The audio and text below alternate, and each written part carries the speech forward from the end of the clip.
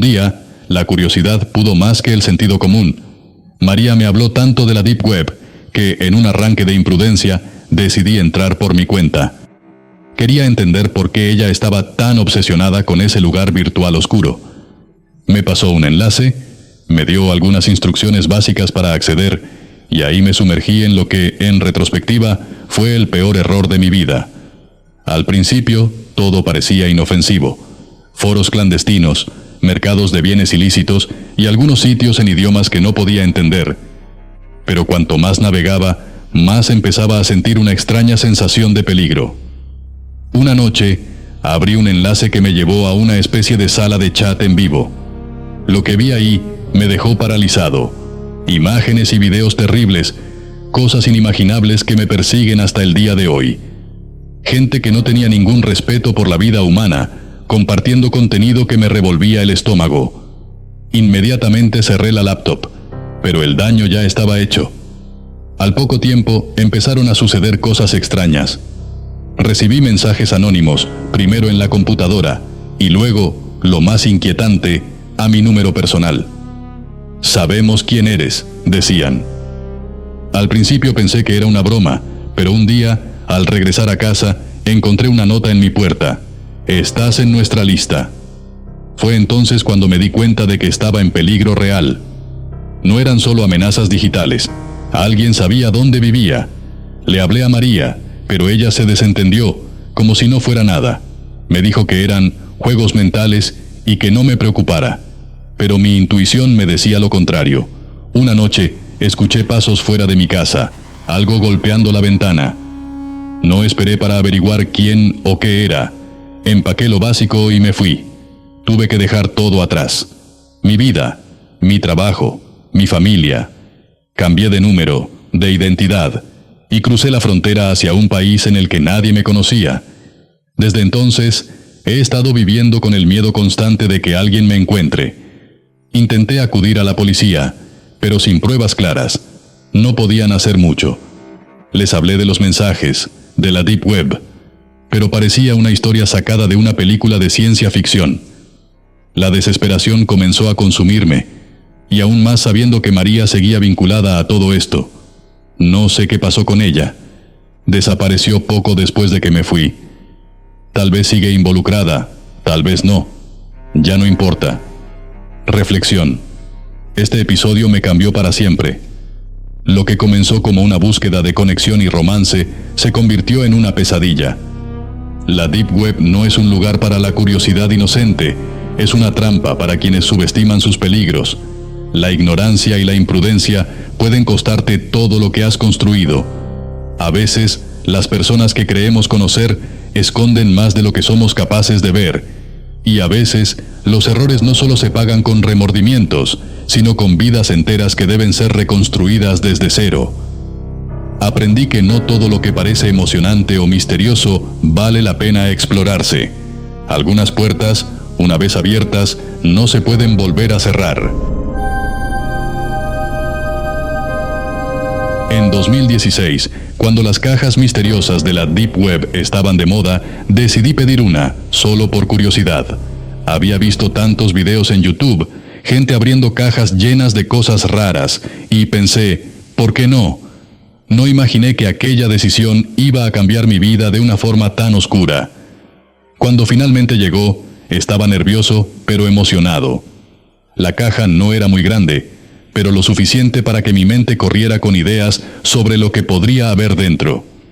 Al abrirla, vi una mezcla de cosas normales. Un reloj viejo, un par de fotos de lugares desconocidos y otros objetos que parecían sacados de una venta de garaje. Pero lo que realmente me puso los pelos de punta fue un sobre sellado. En su interior, una carta escrita a mano. Lo primero que noté fue lo detallado de lo que decía.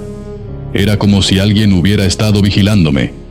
Me mencionaba por mi nombre, describía con precisión mi dirección y, lo más aterrador de todo, incluía detalles de mi rutina diaria, como la hora a la que salía de casa, los lugares que solía frecuentar e incluso las personas con las que hablaba regularmente.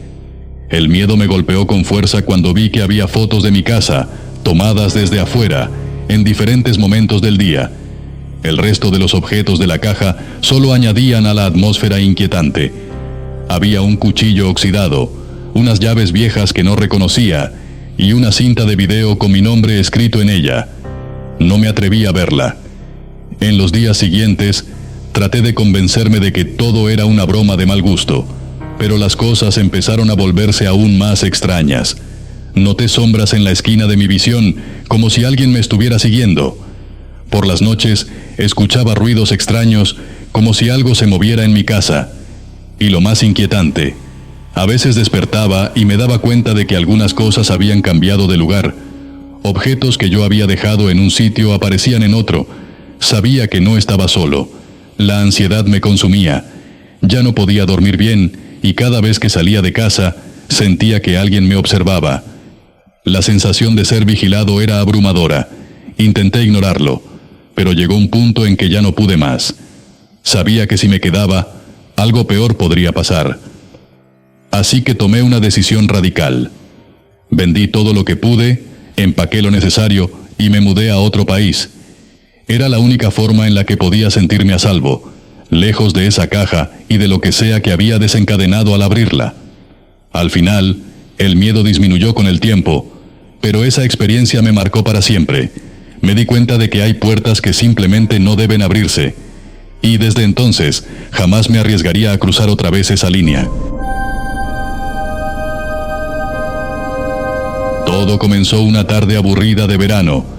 El calor era sofocante y me sentía atrapado en esa monotonía adolescente en la que cualquier cosa fuera de lo común parecía emocionante. Mis amigos hablaban constantemente de la Deep Web, ese rincón oscuro de Internet donde supuestamente todo era posible. Hablaban de ella como si fuera un mito, un lugar donde podías encontrar cosas imposibles, donde las reglas no aplicaban. Para mí, era solo una nueva frontera. Quería explorarla, empujar los límites de mi curiosidad, ver hasta dónde podía llegar sin salir herido. La entrada fácil. Descargar el navegador. Tor fue tan sencillo como hacer clic en un botón. No había misterios ni advertencias al estilo de películas de suspenso. Una vez instalado, sentí un cosquilleo en el estómago, como si hubiera abierto una puerta que llevaba a otro mundo. Claro, el primer vistazo a la Deep Web no fue nada del otro mundo. Había listas de enlaces, conocidas como las wikis ocultas, que te guiaban a sitios extraños pero inofensivos, tiendas online vendiendo drogas y armas, foros de hackers discutiendo sobre técnicas para vulnerar sistemas, y otros dedicados a la criptomoneda. No era lo que esperaba, pero era lo suficientemente diferente como para mantener mi atención. Pasaron semanas y cuanto más navegaba, más aprendía. Me unía a chats anónimos, conversaba con personas que parecían tener más experiencia en ese submundo digital. Ellos hablaban de niveles más profundos, de sitios que no aparecían en las wikis, de un lado de la Deep Web donde la verdadera oscuridad habitaba. Por supuesto, no daban direcciones fácilmente. Sabían que muchos, como yo en ese entonces, solo eran curiosos con ganas de ser impresionados, pero con el tiempo, algunos enlaces empezaron a filtrarse en mis conversaciones. Enlaces que me llevaron más allá del mercado negro habitual. El descenso. Una noche, después de seguir varios hilos de conversación y rastrear algunos enlaces perdidos, encontré un foro diferente. No estaba en la lista de wikis y no se mencionaba en los foros comunes. Era pequeño, privado y solo accesible a través de una invitación. Después de semanas de insistir, alguien me proporcionó un acceso temporal, pero con la advertencia de que no sería fácil salir de ahí mentalmente ileso. Al principio, el foro parecía como cualquier otro. Discusiones generales, temas triviales mezclados con temas ilegales. Pero pronto descubrí secciones ocultas, accesibles solo para aquellos con cierto nivel de confianza. Me las arreglé para obtener acceso. Aquí fue donde comenzó mi verdadero descenso. El primer sitio que visité era un lugar dedicado a videos y fotos extremadamente gráficos. En su mayoría, mostraban violencia real, asesinatos que iban mucho más allá de cualquier cosa que hubiera visto antes.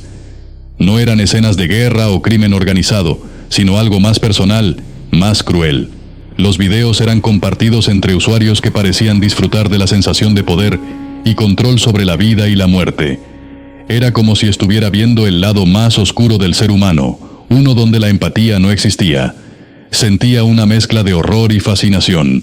Una parte de mí quería cerrar el navegador de inmediato, pero otra parte, la más mórbida, me obligaba a seguir. Después de todo, había llegado hasta ahí. Pensé que lo había visto todo, pero estaba equivocado. El verdadero infierno. Un usuario del foro me envió un mensaje privado. Me dijo que si lo que había visto hasta ahora me parecía perturbador, no estaba preparado para lo que venía. Me dio un enlace y con él una advertencia. Aquí es donde comienza el verdadero infierno. El enlace me llevó a un sitio extremadamente rudimentario, sin imágenes, sin gráficos. Solo texto en una pantalla negra. Había varias categorías de foros, cada una más perturbadora que la anterior. Uno de ellos hablaba sobre comunidades de canibalismo, y no pude resistir la tentación. Lo que encontré dentro de ese foro rompió lo que creía que sabía sobre los límites de la moralidad humana. Había discusiones detalladas, acompañadas de videos y fotos que mostraban actos de canibalismo en vivo. En algunas grabaciones, los participantes no solo devoraban a una persona, sino que lo hacían mientras la víctima seguía con vida. El horror en los rostros de las víctimas contrastaba brutalmente con la euforia en los ojos de los perpetradores. A veces, lo mezclaban con actos sexuales, lo que hacía todo aún más monstruoso. La facilidad con la que hablaban sobre sus aficiones me dejó sin palabras. No era una película ni un video editado para asustar. Esto era real, y era peor de lo que cualquier película de terror podría mostrar. En uno de los foros más oscuros, se hablaba de crímenes que ni siquiera me atrevería a describir en detalle. Los usuarios no solo compartían sus fantasías, sino que planeaban llevarlas a cabo. Aquí fue donde me topé con algo que hasta entonces había evitado: el tráfico de material relacionado con abuso infantil. No vi nada, no tuve el estómago para abrir ninguno de esos enlaces, pero saber que existía, que estaba ahí, me dejó una sensación de asco y desesperación. Después de esa noche, algo cambió en mí. Cerré el navegador y me alejé de la Deep Web para siempre, o al menos eso creía. Durante días, las imágenes seguían apareciendo en mi mente, como fantasmas.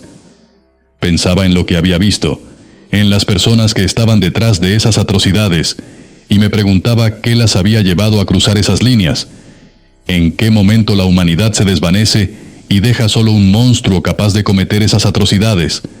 Lo más perturbador era la normalidad con la que esos usuarios interactuaban, como si sus acciones no fueran más que un pasatiempo. Me tomó tiempo procesar lo que había visto, y con los años comprendí algo. La Deep Web no es un lugar que te traumatiza solo por entrar. No es un acceso fácil a lo macabro o lo prohibido, sino una madriguera que te consume poco a poco, mientras tu curiosidad te lleva cada vez más profundo. Y aunque las autoridades han cerrado muchas de esas puertas, y los accesos son cada vez más difíciles, el verdadero peligro siempre estuvo ahí, en nosotros mismos, en la capacidad de la curiosidad de llevarnos a lugares a los que jamás deberíamos haber ido. Hoy, cuando pienso en todo lo que vi, no puedo evitar sentir una mezcla de vergüenza y arrepentimiento. La curiosidad, ese motor que nos impulsa a descubrir cosas nuevas, me llevó a lugares de los que no hay vuelta atrás. Y aunque ya no sigo ese camino, sé que hay otros que, como yo, se sienten atraídos por la oscuridad. Lo que no entienden es que esa oscuridad no es un espectáculo, es una trampa, una prisión mental que deja cicatrices que nunca desaparecen. Soy Jericós el Mago. Deja tus historias en la caja de los comentarios.